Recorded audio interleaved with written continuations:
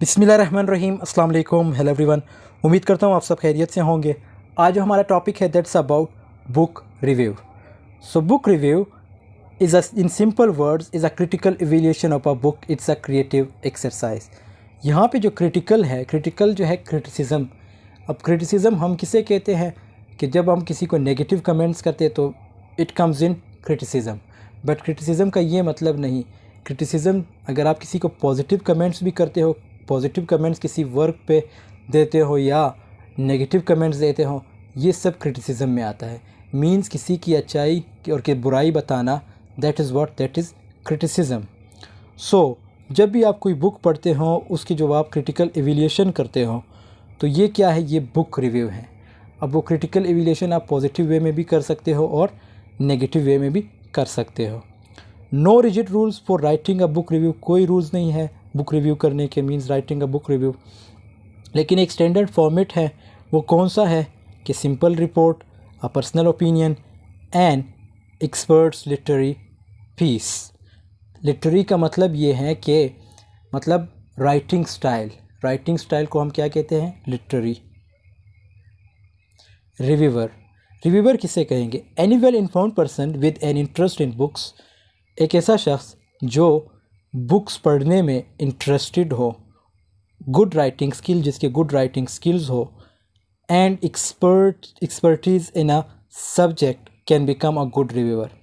या किसी भी सब्जेक्ट में एक्सपर्ट हो, मतलब जो बुक वो पढ़ रहा है अगर उस सब्जेक्ट में ऑलरेडी वो एक्सपर्ट हो तो उसको हम एक रिव्यूअर कहेंगे। That's reviewer. यहाँ पे एक डिफिनीशन थॉमस ने दी है रिव्यूअर के बारे में कि reviewer is a mere taster. Reviewer एक टेस्टर की तरह होता है। Who taste and says by the evidence of such plate. Means जो बुक वो पढ़ता है उसको टेस्ट करता है। उसके क्या मतलब, किस तरह टेस्ट करता है कि उस बुक की जो टोंग है, सच Tong as E has got, कि उसकी जो टोंग है वो पॉजिटिव है, नेगेटिव है, उसमें किस तरह मतलब एक अच्छी लैंग्वेज यूज़ की गई है या बुरी लैंग्वेज यूज़ की गई है। ये सब कौन बताता है? एक अच्छा रिव्यूअर बताता है। लेकिन रिव्यूअर के पास क्या होनी चाहिए? अब ये 3 चीज़ें उसने बताई है कि इन्फॉर्म मतलब इन्फॉर्मेशन होनी चाहिए, जो सब्जेक्ट वो पढ़ रहा है उसके बारे में इन्फॉर्मेशन होनी चाहिए, और इंटरेस्ट होनी चाहिए। इंटरेस्ट से मुराद, सपोज़ अगर कोई टॉपिक पढ़ रहा है, कोई बुक पढ़ रहा है तो वो इंटरेस्ट के साथ पढ़े। फीडबैक बंदा तब दे सकता है जब आप किसी चीज़ को मतलब शौक़ के साथ करते हो, तो तभी आप फीडबैक दे सकते हो। और feedback that can be in positive way, that can be in negative way. So criticism का यही मतलब यह है कि इसका ये मतलब नहीं कि जब आप किसी को नेगेटिव कमेंट्स करते हो तो वो क्रिटिसिज्म में आता है। क्रिटिसिज्म अच्छाई और बुराई दोनों को ही कहा जाता है। अब approach to reviewing a book, हमारे पास 2 अप्रोच है। सबसे पहला जो है descriptive review, presents the content and structures of a book as objectively as possible. Objective से मुराद आउटसाइड, मतलब जब आप अपने सब्जेक्टिविटी को साइड पे रखते हैं। सब्जेक्टिवली से मुराद आपके इनर के जो इमोशंस होते हैं उसको साइड पे रखते हैं। ऑब्जेक्टिवली से मुराद आउटसाइडर जो इमोशंस होते हैं उसको इंक्लूड करते हो। Describing essential information about a books purpose and authority. Descriptive review में आप क्या करते हो कि इसेंशियल इंफॉर्मेशन उस बुक के बारे में बताते हो और उस बुक का purpose, authority. This is done by stating the perceived AIIMS and purpose of the study, often incorporating passage coated from the text that highlights की एलिमेंट्स ऑफ द बुक। इसमें आप जो की एलिमेंट्स होते हैं बुक के उसको देखते हो। Additionally there may be some indication of the reading level and anticipated audience. Descriptive review में आप क्या करते हो? डिस्क्रिप्टिव रिव्यू में आप इस इसेंशियल इन्फॉर्मेशन जो होती है उसको डिस्क्राइब करते हो, उस बुक का पर्पस बताते हो और आप ये स्टेट करते हो कि उसके एम्स और पर्पस क्या है। And different things you told in descriptive review, but these are the main things. और key elements of that work, that book, आप ये भी बताते हो डिस्क्रिप्टिव रिव्यू में। क्रिटिकल रिव्यू क्या होता है? Describes and evaluates the book about accepted literary and historically standards and supports this evaluation with evidence from the text, and in most cases it in contrast to the to and comparison with the research of others. It should include a statement about what the author has tried to do, evaluates how well you believe the author has succeeded in meeting the objectives of the study, and present evidence to support this assessment. For course assignments, most professors will want you to write this type of essay या review. Critical review किसे कहते हैं? Critical review जो है मतलब सबसे पहले हम जब बुक को पढ़ते हैं तो पढ़ने के बाद उसको एवेल्यूएट करते हैं, फिर उसकी हम इंटरप्रिटेशन करते हैं। सपोज़ कोई वर्क है या कोई टेक्स्ट रखा जाता है हमारे सामने, तो सबसे पहले हम उसे पढ़ते हैं, फिर एवेल्यूएट करते हैं, मतलब कि ये क्या कहा गया है इसमें, फिर उसके बाद जो है हम उसके ऊपर जो है इंटरप्रिटेशन देते हैं। इसमें क्या होता है, इसमें हम अपने जो पर्सनल फीलिंग्स है, जो पर्सनल इंटरेस्ट है, उसको साइड पे रखते हैं, तभी हम क्रिटिकल रिव्यू कर सकते हैं। सो आई होप आपको समझ आई होगी क्रिटिकल रिव्यू की। और अमूमन जो है ये जैसे यहाँ पे बताया गया है कि जो प्रोफेसर थे वो आपको इस टाइप की जो है मतलब असाइनमेंट्स वगैरह देते हैं कि इस टाइप की रिव्यू आपने करनी है बुक की या किसी टॉपिक की। How to write a review according to Motta Roth 4 rhetorical moves with there. अब ये 4 जो है मूव्स हैं, ये हम आगे डिस्कस करेंगे। तो ये इसने रिप्रेजेंट किए थे, वो कौन कौन से हैं? मूव 1 में क्या है? The opening paragraph usually encompasses the introducing the book move. Here the reviewer provides background information on the book, stating its basic characteristics.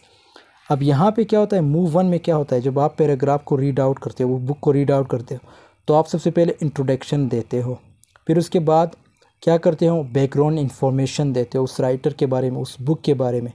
On the book मतलब उस बुक के बारे में ओबियसली आपने जो है मतलब बैकग्राउंड इन्फॉर्मेशन देनी होती है। स्टेटिंग इट्स बेसिक करेक्टरिस्टिक्स, उसके करेक्टरिस्टिक्स आप बताते हो जो बेसिक करेक्टरिस्टिक्स होते हैं। If it's a collection of text by different authors, of it's a text by one author, तो ये सब चीज़ें आपने उसमें बताना होता है कि ये कलेक्शन जो है, ये बुक जिसने लिखी, ये एक ऑथर की है, 2 ऑथर की, या कलेक्शन ऑफ सीरियल ऑथर्स की है। It's a book of variety of topics within a broader area of interest, और it's focused on a single topic. उस सब में आपने ये बताना होता है कि ये जो बुक लिखी गई है सिंगल जो है मतलब टॉपिक को डिस्कस किया गया है, सिंगल टॉपिक को फोकस किया गया है, या डिफरेंट टॉपिक्स को इस बुक में फोकस किया गया है। तो ये मूव 1 है। मूव 2 में क्या होता है, the next move outlining the book is usually the longest one, appearing in the following few paragraphs. It includes a detailed description of how the book is organised.